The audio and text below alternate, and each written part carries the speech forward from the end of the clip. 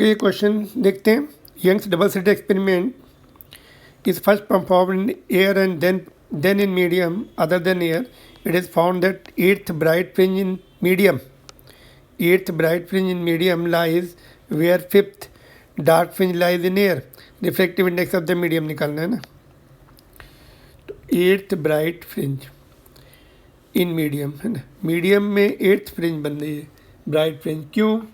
Medium में wavelength कम हो जाता है तो उस पर्टिकुलर सेगमेंट में number of fringes fringe shrink हो जाती है, नंबर ऑफ फ्रिंजेस ज़्यादा बनती है. सपोज हम ये पॉइंट लेते हैं, देखो यहाँ पर ये पॉइंट लिया तो इतना डिस्टेंस है ये, इसके अंदर एयर में फ्रिंजेस कम बनेंगी क्योंकि वेवलेंथ ज़्यादा रहती है. और दूसरे मीडियम में एक्सपेरिमेंट किया तो फ्रिंजेस नंबर ऑफ फ्रिंजेस बढ़ जाएंगी बिकॉज वेवलेंथ कम हो जाती है दूसरे मीडियम में. कितनी बन रही? 8th ब्राइट बन रही है.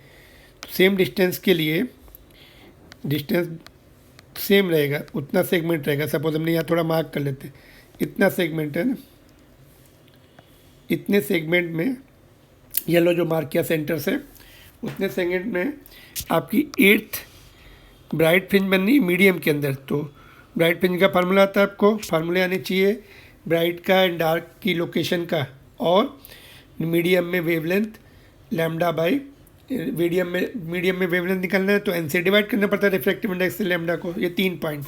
तो देखो 8th ब्राइट इन मीडियम, तो मीडियम में क्या 8 इंटू 8th ब्राइट की लोकेशन क्या होती?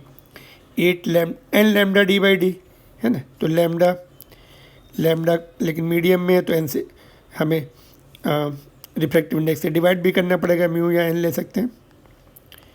तो 8th नंबर है ब्राइट का और डी बाई डी है ना.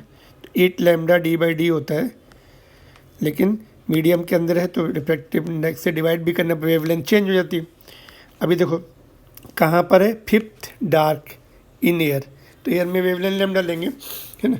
तो 5th डार्क का फार्मूला याद रखने से बढ़िया ऐसा कर लो, 5th ब्राइट का 5 लैम्डा डी बाई डी होता है, उसमें से आधा कम कर दो. डार्क के लिए आधा कम करना पड़ता है, 4.5 लैम्डा डी बाई डी. तो ये कैंसिल हो गया, लैम्डा भी कैंसिल हो गया. तो n is equal to 8 divided by 4.5. ये अपने आप कैलकुलेशन कर सकते हैं, 1.78 आएगा. Option number 1. तो good questions can be repeated. तो आपको 3 चीज़ें याद होनी चाहिए. Location of bright and dark fringes है ना. ब्राइट की लोकेशन क्या होती है? N lambda D by d. ये वाला एन नंबर ऑफ फ्रिंजेस है और ये वाला एन रिफ्रैक्टिव इंडेक्स है, बी केयरफुल. और डार्क के लिए आधा कम कर देंगे, यही लर्न करके रखो, और उसमें आधा कम कर दो. इसका सिंबल मैं चेंज कर देता हूँ, एन से कन्फ्यूजन हो रहा है ना आपको, तो म्यू कर देता हूँ ना. रिफ्रैक्टिव इंडेक्स का सिंबल थोड़ी देर के लिए चेंज कर देते हैं. यहाँ पे एन नंबर ऑफ फ्रिंजेस है और वही सिंबल अपना रिफ्रैक्टिव इंडेक्स के लिए एनसीईआरटी बुक में है, तो बी केयरफुल. तो रिफ्रैक्टिव इंडेक्स 1.7 ऑप्शन नंबर 1.